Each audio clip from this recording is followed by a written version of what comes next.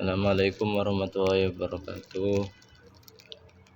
Perkenalkan, nama saya Satrio Caksono dari kelas 2A Prodi Pendidikan Agama Islam. Di sini pada matkul pengantar studi Islam, saya akan mempresentasikan tentang kebudayaan Islam. Pada jurnal yang pertama yang dapat saya simpulkan dari jurnal ini ialah bahwa hubungan hukum Islam dan kebudayaan Jawa bukanlah sebuah konfrontatif, melainkan korelasi kompromistik sintesis yang menguatkan eksistensi keduanya dalam nuansa harmonis, dinamis, dan holistik.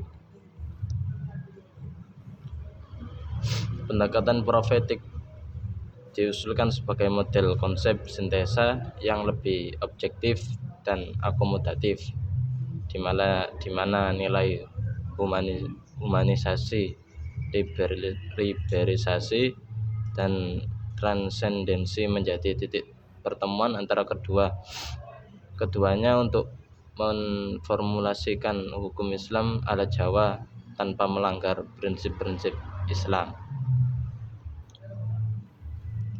Dan jurnal yang kedua yang dapat saya simpulkan ialah bahwa jurnal kedua ini tentang menyelisik Islam kejawen, akulturasi ajaran agama dengan ritual budaya. Maaf, yang tadi itu jurnal yang pertama membahas tentang sintesa hukum Islam dan kebudayaan Jawa, suatu pendekatan profetik. Saya lanjutkan untuk jurnal yang kedua yang dapat saya simpulkan ialah bahwa akulturasi antara Islam dan budaya Jawa terjadi melalui penyebaran Islam yang menggunakan metode budaya. Meskipun Islam diterima baik oleh masyarakat Indonesia, khususnya Jawa, budaya kejawen masih tetap dilestarikan sebagai upaya untuk melestarikan nilai budaya lokal. Kejawen dihargai sebagai peninggalan warisan nenek moyang yang menjadi identitas bangsa dan kebiasaan yang baik bagi bangsa itu sendiri.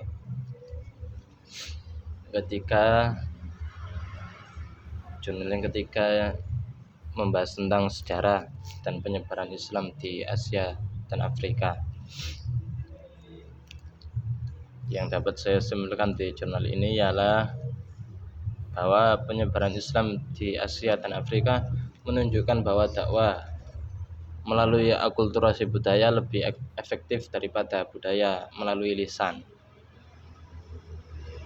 Keseimbangan antara keduanya itu adalah penting. Penyebaran Islam secara damai cenderung lebih diterima daripada melakukan kekerasan seperti penahlukan suatu bangsa, penyebaran agama dengan kekerasan, dan gemilangnya Islam pada masa lalu bisa dijadikan contoh, sementara kemundurannya bisa menjadi pelajaran atau refleksi bagi umat Islam di seluruh dunia, khususnya di Indonesia atau Nusantara. Jurnal yang selanjutnya ialah hubungan agama dan budaya pada masyarakat Kampung Karembok, Kabupaten Pidi, Provinsi Aceh. Yang dapat saya simpulkan di jurnal ini ialah bahwa budaya dan agama di kehidupan masyarakat Karembok itu sangatlah erat kaitannya. Dalam aktivitas sehari-hari, keduanya saling mempengaruhi Dan adapun dampak positifnya ialah berkembangnya pola pikir dan komunikasi serta pemahaman yang realistis terhadap agama. Serta juga ada dampak negatifnya seperti pergeseran nilai-nilai ke arah kapitalisme dan hilangnya identitas diri sebagai sebagai orang Aceh.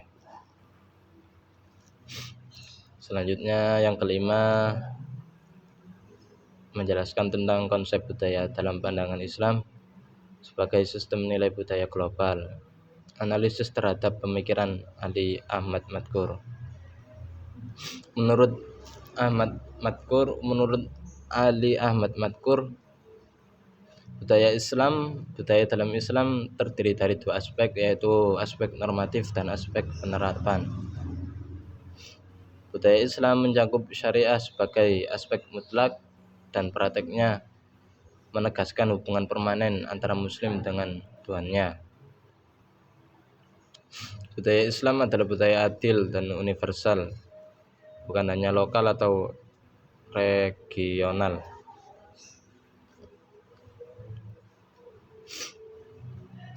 Sebagai sistem nilai budaya, Islam diyakini dapat menjadi solusi bagi masyarakat, termasuk lingkungan dan ketidakadilan, dengan karakteristik yang bersifat global dan diperlukan dalam kondisi dunia saat ini. Terus selanjutnya jurnal yang ke-6 menjelaskan tentang integrasi Islam dan budaya lokal dalam pendidikan. Studi pada keluarga petani di desa Bulutelui. Perkembangan teknologi informasi di daerah pedesaan desa Bulutelui itu memberikan dampak positif, yaitu memberikan akses informasi global pada masyarakat, tapi juga menyisakan dampak negatif. Di desa ini dampak negatif contohnya pada anak-anak yang belum mampu membedakan informasi yang baik dan yang buruk. Oleh karena itu perlu bimbingan dari orang tua, perhatian dari orang tua melalui pendidikan informal. Di desa ini masyarakat petaninya mengintegrasikan ajaran Islam dengan kearifan lokal melalui proses sosial dan enkulturasi untuk mencegah anak-anak terjerembab ke dalam kerendahan akhlak. Selanjutnya yang ketujuh, ini membahas tentang komunikasi dan kebudayaan Islam di Indonesia. Kesimpulan dari jurnal ini ialah bahwa komunikasi merupakan proses penting dalam budaya, dan budaya juga merupakan komunikasi itu sendiri. Agama merupakan subkultur dari budaya, tetapi budayalah yang menentukan nilai-nilai dan moralitas agama. Kebudayaan Islam memiliki potensi menjadi dasar kekuatan organisasi Islam di Indonesia saat ini, dengan budaya mengikuti ritme agama yang ada. Selanjutnya sosial budaya. Jurnal sosial budaya, harmonisasi agama dan budaya dalam pendidikan toleransi. Sini di Kota Palopo, Tanah Lewu memiliki nilai-nilai kearifan lokal seperti saling menghargai, saling menghormati, saling mengingatkan, yang menjadi berkat dalam kerukunan dan pemeliharaan umat. Nilai-nilai ini membentuk pemahaman tentang toleransi dalam beragama, yang mencakup saling menghormati, pemeluk agama yang lain, yang tidak sewenang-wenang, serta mendukung kerjasama dalam berbagai aspek kehidupan. Dan yang terakhir pada tema kali ini, jurnal yang ke-9 yaitu Islam dan Budaya Masyarakat Gayo Provinsi Aceh, kajian sejarah dan sosial. Yang dapat saya simpulkan ini bahwa proses Islamisasi budaya Gayo itu meningkat drastis setelah kedatangan Belanda. Banyak orang dari daerah berbeda itu ke Gayo dan memperkuat interaksi budaya melalui pembangunan infrastruktur jalan.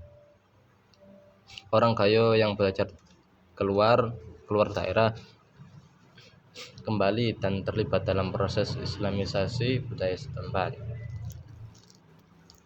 Proses Islamisasi budaya terus berlanjut pasca kemerdekaan, tetapi ulama-ulama pembaharu tidak berhasil menemukan definisi dan praktik yang tepat untuk budaya Islam yang mereka kampanyekan.